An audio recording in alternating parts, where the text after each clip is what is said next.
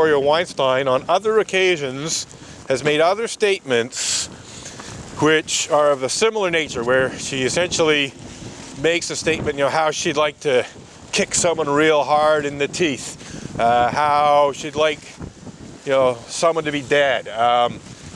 So this is not out of character with Reverend Dr. Victoria Weinstein, and she has clearly, on several occasions, made statements which make it very, very clear that she would like to see certain people seriously injured or dead. So it's not unreasonable for me to characterize her sodomy fantasy that way. So that's her sodomy fantasy. Definitely obscene, definitely sadistic, definitely wishing injury and or death upon someone.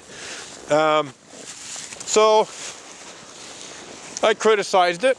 At a certain point, I actually filed a formal clergy misconduct complaint against Reverend Dr. Victoria Weinstein for a variety of things, including the sodomy fantasy. I actually did not file a complaint. When I became aware of the sodomy fantasy, I decided to sort of let that one go. But, Peace Bang went on to say other things and do other things that were of an unbecoming nature, that were clearly clergy misconduct in my mind, and I believe most people would agree with my assessment. So what happened is, when I complained about this sodomy fantasy within the broader context of complaining about other abusive, that is, verbally and psychologically abusive, and in one instance physically abusive behavior on the part of Reverend Dr. Victoria Weinstein, the Unitarian Universalist Association dismissed my complaint. And they did it in a somewhat unusual way. What they said was that Reverend Dr. Victoria Weinstein's behavior, because it was on her blog, was not part of her activities as a minister. So they were essentially saying, what Reverend Dr. Victoria Weinstein says on her blog is separate from her conduct as a minister. Therefore, we're not doing anything about it. Now, the fact of the matter is that the introduction to Peace Bang's blog made it very, very clear that she considered her blog to be part of her ministry. I think most people would agree that if a minister behaves badly, even, if it's not part of their actual ministry, that it reflects on their ministry, and it reflects on the religious community and so on. So it is basically a bullshit argument.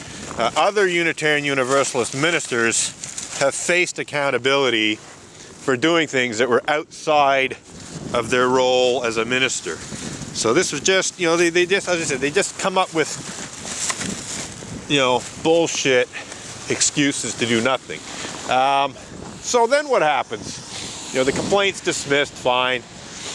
I continue to, okay, we're getting a lot of wind here blowing the freestanding signs down, so I'm going to have to bag them, because I can't pick them up every few seconds and re-put them back in place. I'm going to do it one last time, but if they get blown down again, I'm going to have to bag them. So in April of 2010, I went down to Boston to protest against Unitarian Universalist clergy misconduct and other Unitarian Universalist injustices, abuses, and hypocrisy during the April 2010 Board of Trustees meeting. I did not realize when I went down that it was the weekend of the Boston Marathon. So when I got to Boston, I discovered it was marathon weekend, and I realized that, well, if I somehow get this, even if I somehow manage to get this protest reported in the media, it's just going to be buried under the news about the marathon. So, maybe the better thing to do would be to try and attend the meeting and ask some questions during the meeting itself, rather than waste my time outside with picket signs. So yeah, I gave it a try. I walked in to one of the preliminary meetings, which were several ministers discussing something. I'm trying to remember, off the top of my head I can't remember what it was, but basically you had about 4 or 5 Unitarian Universalist ministers in a pre-board meeting discussing aspects of ministry.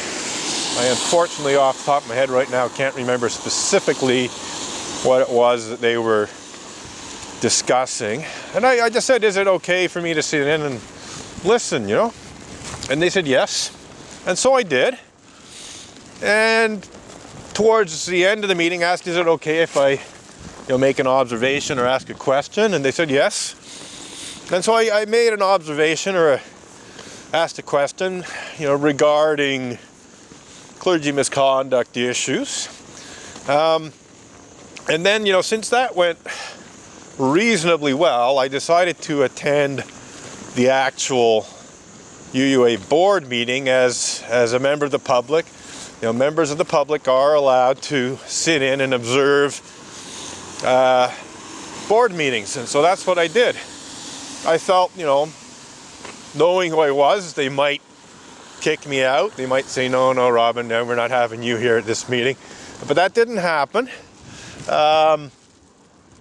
So I sat through 2 full days worth of UUA Board of Trustees meetings on the weekend, and was able